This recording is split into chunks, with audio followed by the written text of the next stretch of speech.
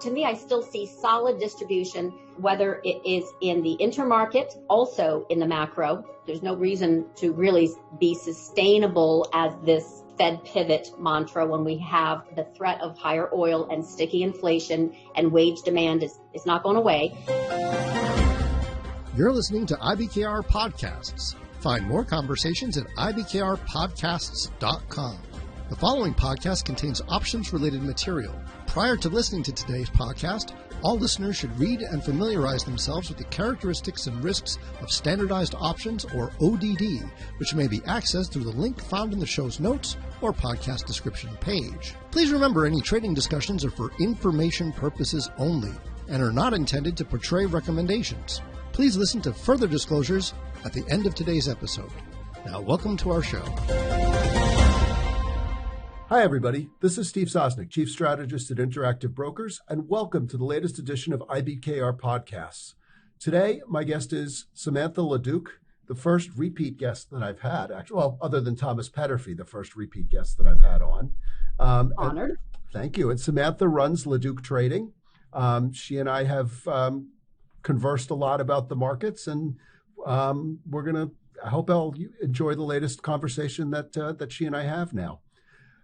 Samantha, I'm going to throw it open to you. Just give me your basic take on markets as we stand here around the beginning of the fourth quarter. Well, middle, right. I guess. Actually, let me rephrase that. Okay. As we get to the middle of the fourth quarter. Yeah. Well, this is definitely. We just passed a month for the record books, right? So best October for the Dow Jones since 1896. And from the October 13th lows, we rallied 12% in 12 days. So before kind of easing into this end of month. Why? Because we have FOMC obviously tomorrow. I know this taped a little bit early, but we have a whole bunch of market moving news coming up, not just the Fed and the ECB on Thursday and non-farm payrolls on Friday, and next week midterm elections, and then CPI on the 10th. So lots and lots of drama. Into that, we've had a front-running kind of rally based on the perception of a Fed pause or pivot. I think at the very best, in a nutshell, we might get a step down, which I think will be reversed later, but that's not a pivot, it's not a pause.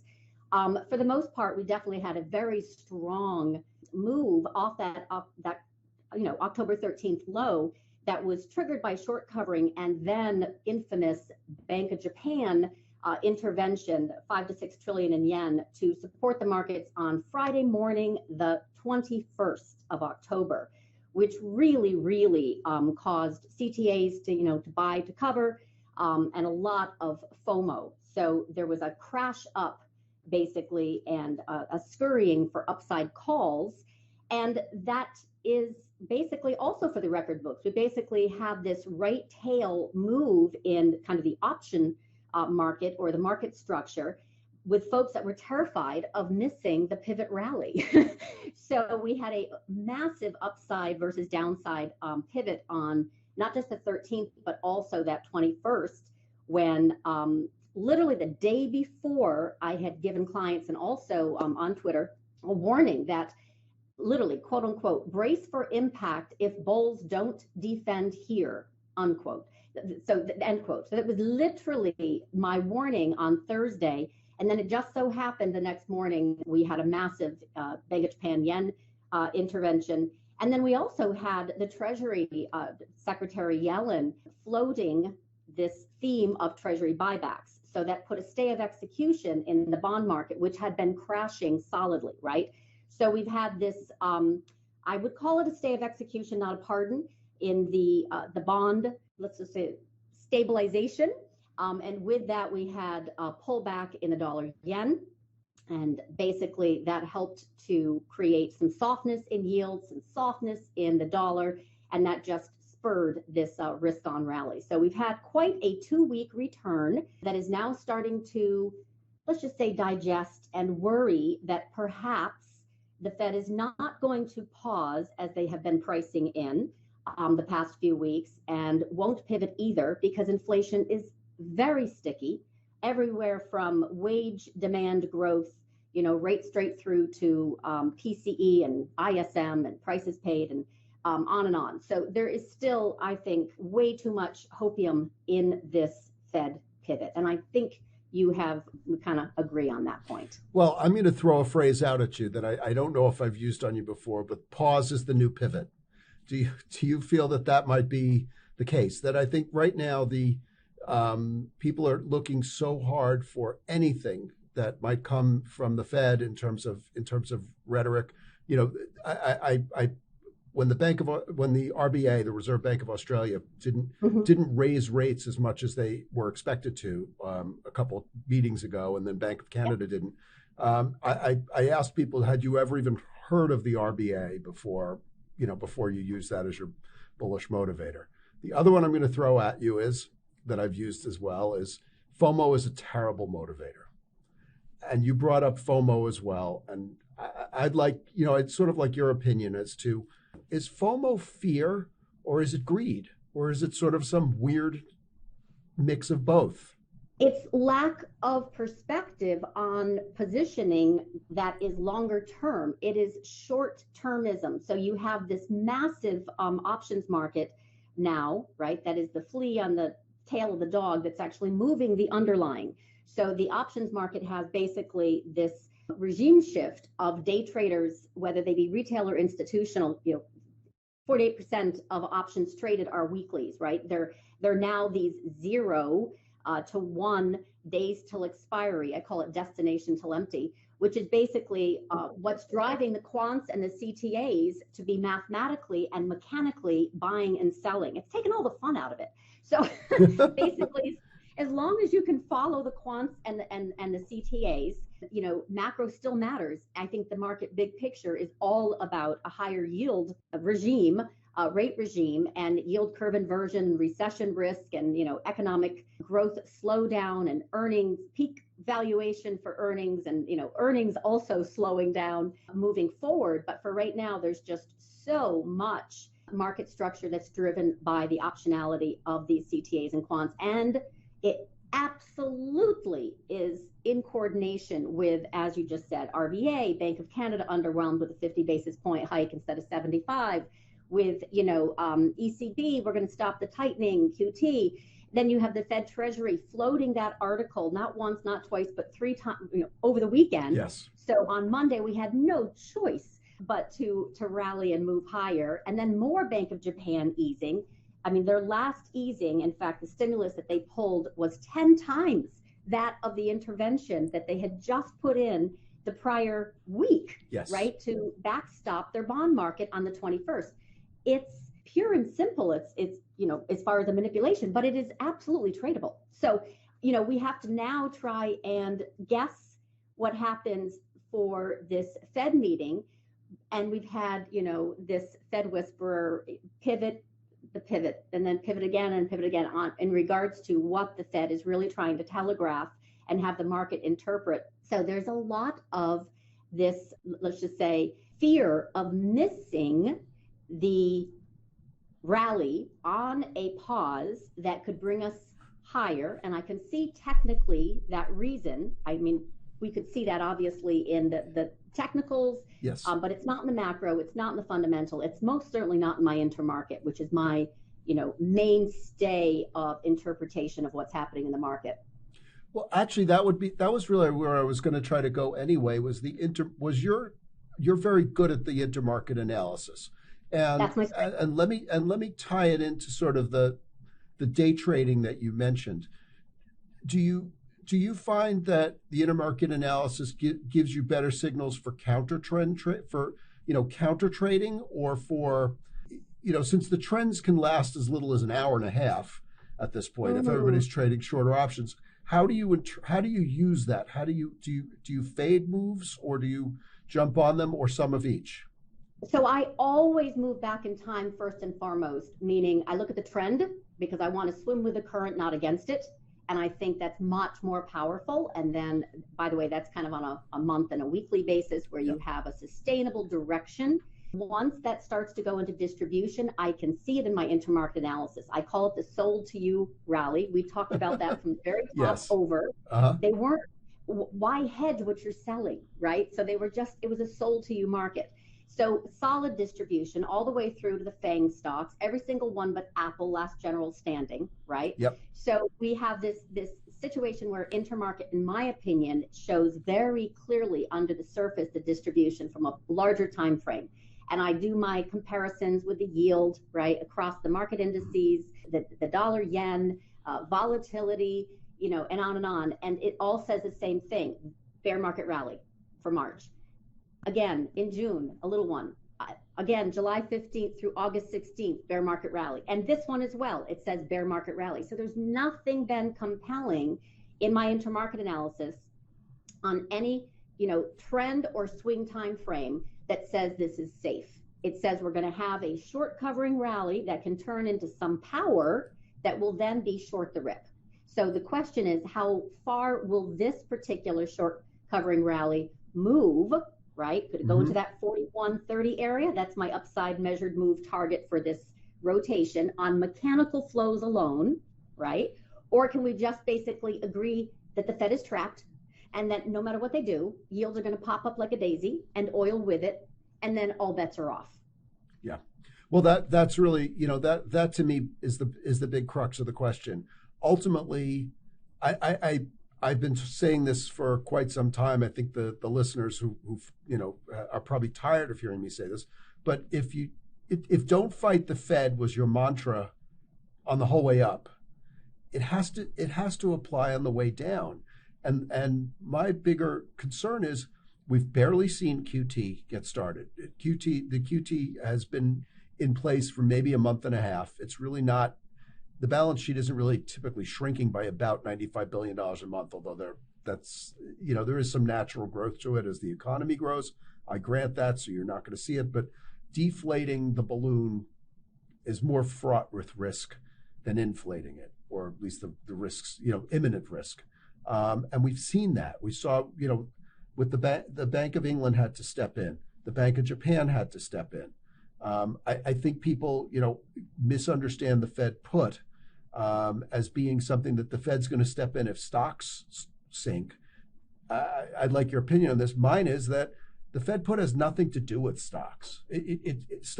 Stocks are collateral. It's to the extent that that a stock market decline creates problems in the credit cycle or the credit markets or the banking system, or to the extent that a stock market decline reflects that, sure, then the Fed comes in. But basically, the Fed's not set up to keep equity markets propped. I don't know what their true motivation is. All I can do is track what they keep saying, which is just before we're going over the precipice. And there are very clear indicators for me of when I warn, right? Brace for impact. If bulls don't defend here, by golly, they show up. They show up with some teaser Wall Street Journal article or some Yellen statement about talking about Treasury buybacks, or lo and behold, there's a massive yen intervention by the Bank of Japan. Seriously, It's as if they want to make sure there's a soft landing, right? And we're still gonna go lower. We're still making lower lows on a weekly, lower highs on a weekly. I mean, we're still bear market rallying ourselves down the mountain. We talked about that, right? Yep. Last, I don't know when it was, March when we spoke. To me, we danced up the mountain and now we're dancing down. So to me, I still see solid distribution, whether it is in the intermarket, also in the macro. There's no reason to really be sustainable as this Fed pivot mantra when we have the threat of higher oil and sticky inflation and wage demand. It's not going away. And then we have this, underwhelming narrative of who's buying this rally anyway. Stock buybacks, they're pretty firm into the end of the year. CTAs, okay, but they're not, I don't want to say real buyers, but there's not a committed cadre of Treasury buyers stepping in, right? It's basically this soft landing approach to going lower over time instead of over the cliff all at once. Well, I certainly understand the motivation for using moral suasion or however you want to put it, because they don't want nobody wants a hard landing. I think that goes out of the question. One thing you mentioned, sort of the 3-month cyclicality. And I wrote something at the end of October, which stunned me because I was just sort of like, wait, the numbers, October seems a lot like July. And I actually ran the numbers for S&P, and the monthly returns in June and July, and the monthly peak to trough drawdown, et cetera, high-low ranges for both for June, July were June was almost identical to September, and October was almost identical to July.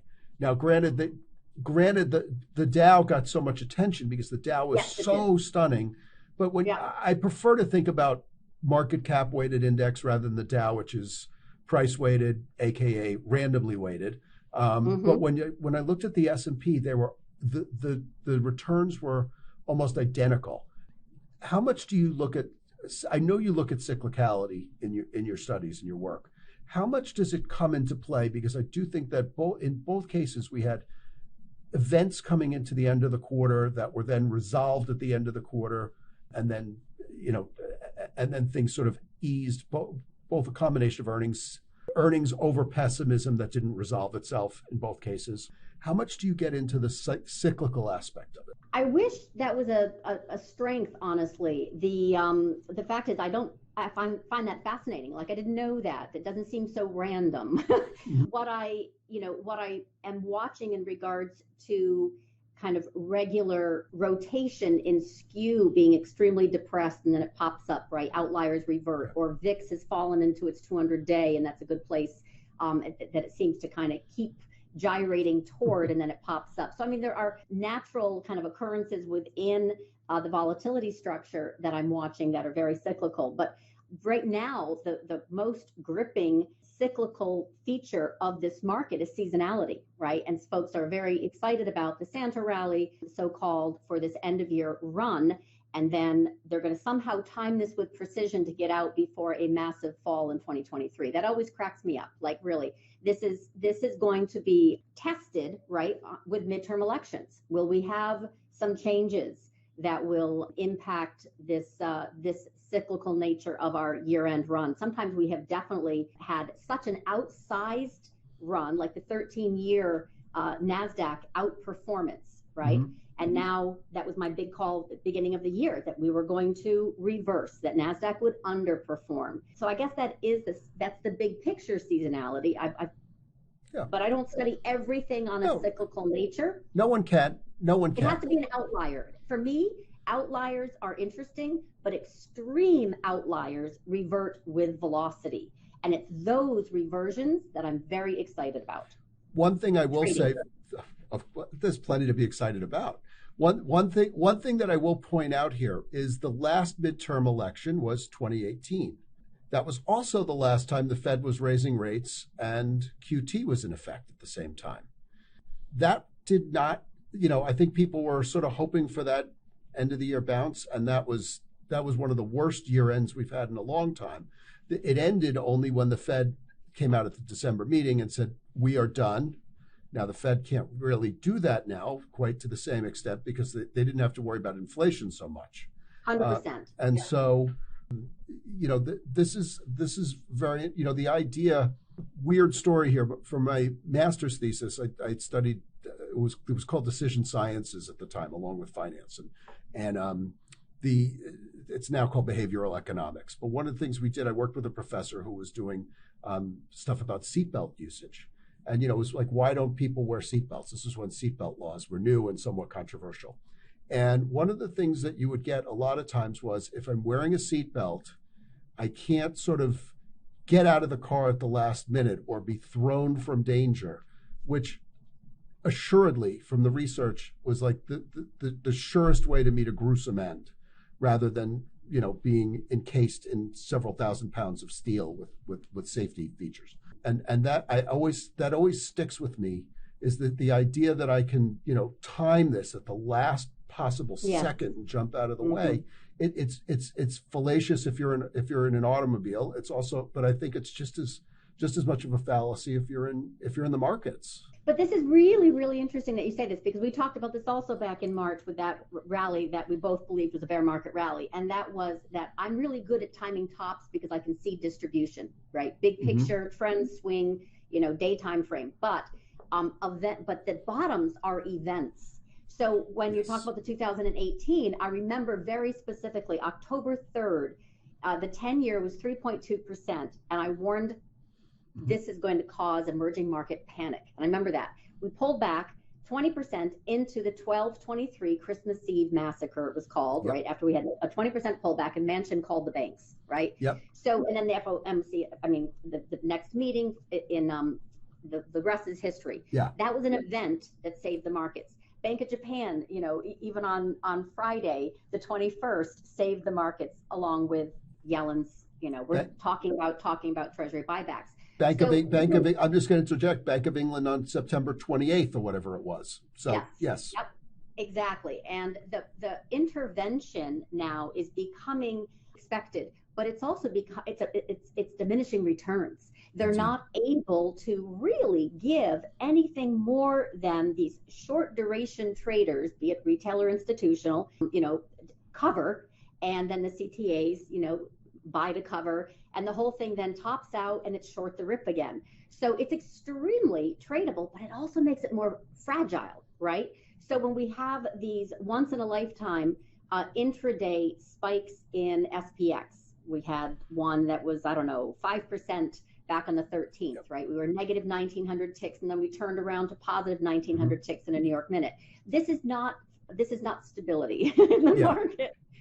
So yes, I think that this is the danger where when I start to see the ground give sway is when I warn clients, hey, brace for impact if bulls don't defend here. This is a really good place to have some crash protection. In the same way, we've got this meeting tomorrow, and we have a technical bounce underway that could absolutely bring us higher, like I said, you know, 41.30.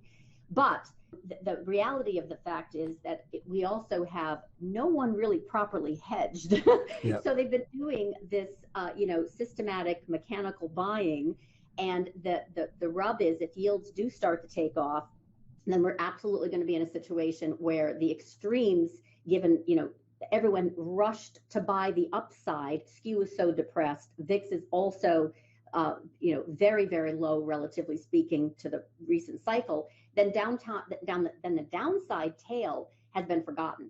And that can actually present a good value, right, for buying protection into this event. So that's where I really kind of see where inflation is not going away still, all eyes on the Fed. Nothing's really changed as it relates to the macro, the fundamental, or my intermarket, interestingly enough. All we've had is some short-term, short covering of size that basically stresses bears out who are hodling puts and traps bulls who are chasing because of FOMO, which is a disease, I agree. Well, one of the things it's interesting that to me is I think one of the tells you mentioned VIX, and we're gonna end with VIX because I want to keep this like 20-ish minutes, and you and I have talked for 20 minutes and haven't even come up for air because it's been such a good conversation. So I hope the listeners like it, and they'll find out if we're smart or stupid about the Fed because this will air after the Fed meeting. But one of the tells in October was that VIX was not moving inversely with S&P. And that to me was the tell that it was that was FOMO driven, that people were coming for calls. And because these rallies were so violent on the upside. But I think that as we're taping this, we've sort of reverted more back to normal. The mark, and VIX has come off. It's got a 25 handle as we're taping this. What's your opinion? My feeling is that VIX sort of needs to be no less than the high 20s on a sustainable basis, with the volatility that has been persisting and with the Fed continuing to be a headwind. Let's wrap up with your sort of take VIX into the end of the year kind of thing. Do you think you mentioned you think it's a little low right now? Where do you think it goes? I'm not going to say, and I'm not asking you, it's going to be 2802 on December 31st. No, I actually have very specific levels with VIX. So I actually, I love 25.10. Okay. $25.10 as a place of support and bounce. I love 31, which is typically, it gets up to that 31 and then snakes around it and comes back below. Below is obviously market bullish, above is not. And once it does get not just back above 31, but above 34, 35, then I see a very large volatility move. in the meantime, this is basically an FOMC meeting like this is volatility suppression, right, at its finest, and it does this repeatedly. So we basically have this situation where every rally has been sold as soon as Powell gets to the podium. So Jackson Hole, tough talk. We definitely have had multiple equity rallies on the back of this perceived easing. And then Powell comes up and says, not so fast, right? So it's really a situation where I think we're going to, those are my levels, literally 25, 31, and then anything above 34 and a half. It's kind of like get under the desk. But the point is, that for me means there's going to be a continuation of this Fed hiking regime for longer. So maybe the pace slows. That's not a pivot, right? It might be a step down, but the problem doesn't go away. And if they step down too much, the market will let them know, especially in the form of oil. So I think right now, Apple, very much a tell for the generals. Volatility stays suppressed. I'm not, so concerned about that. Definitely FX. Currencies are a major warning, especially the dollar yen. And I think oil right now has been subdued, but it will be your release valve with the dollar on any Fed pause, pivot, pandering there is. I think the market will absolutely be reminded. Well, I was going to ask you to wrap it up, but I think you just did. So I think I'm glad you didn't ask me about midterm elections because I have no idea, no opinion. I think that's definitely a wild card for sure. I'm staying away partly because this might not air until after the midterm elections, and partly because nobody knows what's going on those. So at this point, so I think you put everything in such a neat bow. I think we're going to wrap it up here. Well, thank you so much. Thank you to my guest, Samantha LaDuc of LaDuc Trading. I'm Steve Sosnick at Interactive Brokers. You've been listening to IBKR Podcasts. You could find IBKR Podcasts on the internet or on your favorite podcast provider. I assume you're already listening, actually. I write daily at tradersinsight.news. Samantha is a must follow on Twitter. And I do, and she and I go back and forth on Twitter sometimes, but I think that's a healthy dialogue. And we're going to wrap it up here. Thank you so much for joining us, Samantha. Thank you so much for listening, everybody. And we'll talk to you again soon. Take care. Thanks for listening to IBKR Podcasts. As always, we have more episodes at IBKRpodcasts.com. And if you're interested in learning more about interactive brokers, visit IBKR.com. We offer more trading education material, such as webinars at IBKRwebinars.com, financial and economic commentary at tradersinsight.news, market-related courses at tradersacademy.online, and quant-related articles at IBKRquant.com. The analysis in this material is provided for information only and is not and should not be construed as an offer to sell or the solicitation of an offer to buy any security. To the extent that this material discusses general market activity, industry or sector trends, or other broad-based economic or political conditions, it should not be construed as research or investment advice. To the extent that it includes references to specific securities, commodities, currencies, or other instruments, those references do not constitute a recommendation by IBKR to buy, sell, or hold such investments. The material does not and is not intended to take into account the particular financial conditions, investment objectives, or requirements of individual customers. Before acting on this material, you should consider whether it is suitable for your particular circumstances and, as necessary, seek professional advice. Options involve risk and are not suitable for all investors. For more information, read the Characteristics and Risks of Standardized Options, or ODD, which may be accessed through the link found in the show's notes or podcast description page. There's a substantial risk of loss in foreign exchange trading. The settlement date of foreign exchange trades can vary due to time zone differences and bank holidays. The interest rate on borrowed funds must be considered when computing the cost of trades across multiple markets. Futures are not suitable for all investors. The amount you may lose may be greater than your initial investment. Before trading futures, please read the CFTC risk disclosure. A copy and additional information are available at IBKR.com.